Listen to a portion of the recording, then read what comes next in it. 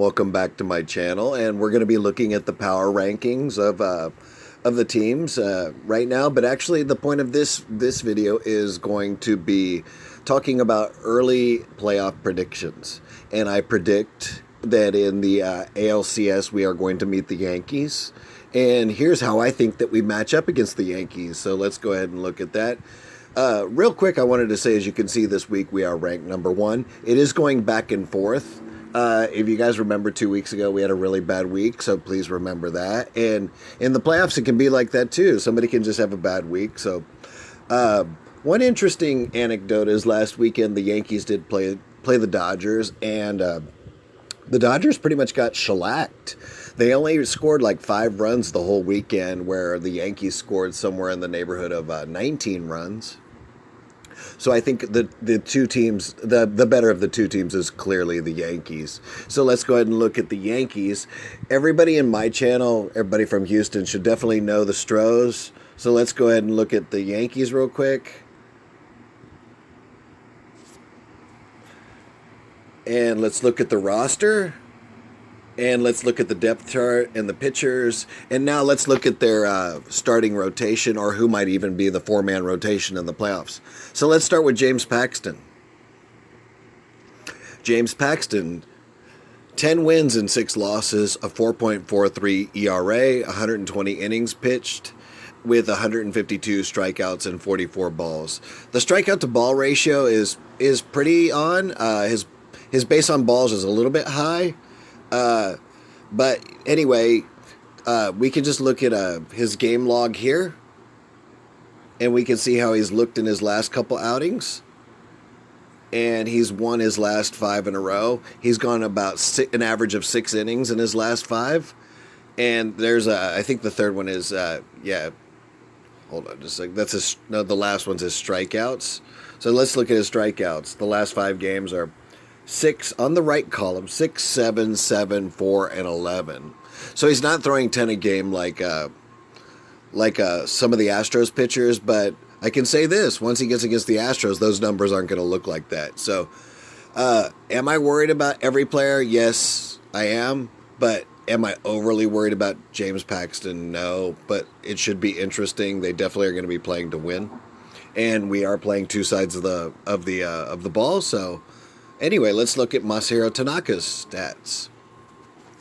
9 wins and 7 losses, a 4.68 ERA, 150 innings pitched, 0 saves, 121 strikeouts versus 36 bases on balls. Bases on balls look pretty good. The strikeouts look a little bit low. 30 years old, from Itami, Japan.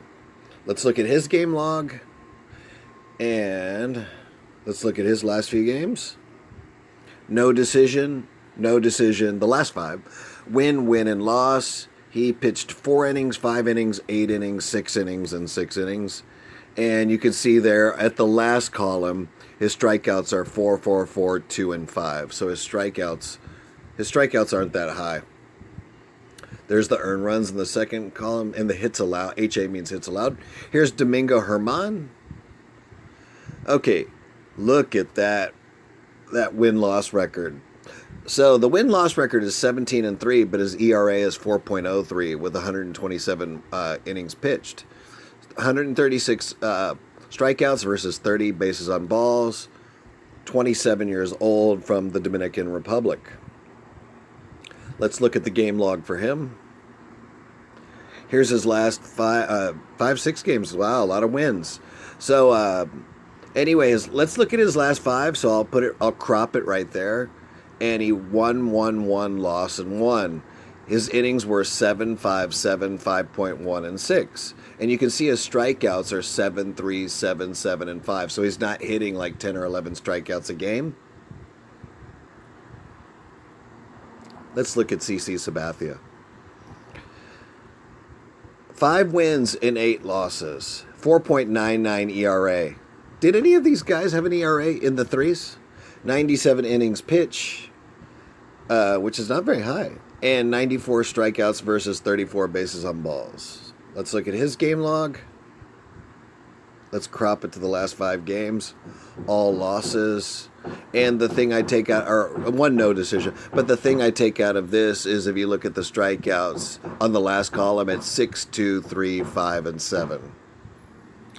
Okay, let's look at one more J-Hap. Okay, 10 and 8 wins and losses, 5.58 ERA.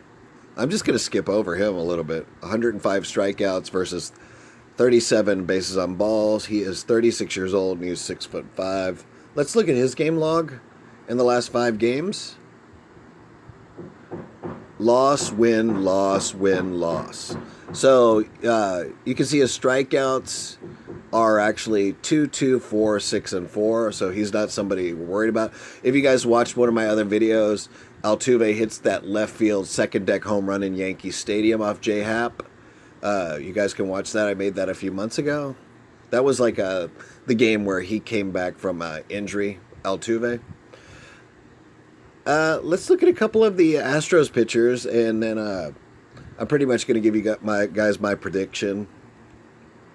Okay, here's the roster, depth chart, and the pitchers right there. Justin Verlander, 15 and 5 with a 2.77 ERA. Now look at those strikeouts. 239 strikeouts versus 34 bases on balls. This guy is a cold-blooded killer. This guy is awesome. 6'5", age 36, from Virginia. Went to college at Old Dominion. Okay, let's look at Garrett Cole. Okay, look at that. 238 strikeouts versus 40 bases on balls. 28 years old. This guy is an absolute stud. 2.75 ERA. Let's look at the next one. Zach Greinke, 4-0 with a 2.45 ERA. I think he puts a little bit more balls in play, and he plays a little bit more chess instead of trying to overpower the pitchers. As you guys know, there's a couple types of pitchers. There's one that are like finesse, and there's ones that are power that create swings and misses. He, as he got older, became more of a finesse pitcher. Wade Miley having a good year. Brett Strom is a great coach. Look at that. 13 and 4 with a 3.13 ERA. 129 strikeouts versus 49 bases on balls. 32 years old, from shout out to Hammond, Louisiana. And he went to Southeastern Louisiana, which is, I believe, a local college around there. Let's look at his game log real quick. Look at that. 6 in a row. We'll look at his last 6 for fun. He got a no decision in Chicago. His strikeouts are a little bit low with 6.64, 1.8, and 4. But this rotation is awesome. Framber Valdez, just to let you guys know, is not one of my favorite players on the Astros. I actually went to one of his games this year, and I didn't want to go because I knew we'd lose it, and we did. So, hey, I'm sure he got that big contract, not hurting him, so good for him. Let's look at his game log for fun anyway. Look at that. Look at that right there. Let's look at the last 5 right there. 3 strikeouts, 2 strikeouts, 0 strikeouts. Oh, that's 4 strikeouts. Okay, he had a good game. Do I like him better than Aaron Sanchez? It's debatable. I don't like either pitcher. They're not going to go to the playoffs, I'll tell you that. Maybe as a reliever, but this is not a pitcher that I like. If you guys see with all the pitching matchups I just talked about right here, excluding the relievers, our starting pitching rotation, if they can stay healthy, on paper, it looks like we actually take this series. And, of course, if you look at all the stars, like a superstar like Aaron Judge, that guy's a true Yankee. I'm definitely a Yankees hater, but there's several things about the Yankees I like. One of them is their grooming policy, no beards, short haircuts. But anyway, the star lineup with Gio Urshela and like DJ LeMahieu, it's a star-studded lineup on the Yankees this year more than ever. Fortunately for the Astros, we do have the matchup with our lineup, so it should be good from the batting perspective. From the pitching perspective, I do think we have the advantage. So I would say in the ALCS, I would give us the advantage. Either I don't know. If we get lucky, we might win it in 6. It might go to 7, but I say Astros in 6 if we get lucky. Anyway, that's my video. Hopefully you guys liked it. And if you did, please like, share, and subscribe. And I will see you guys next time.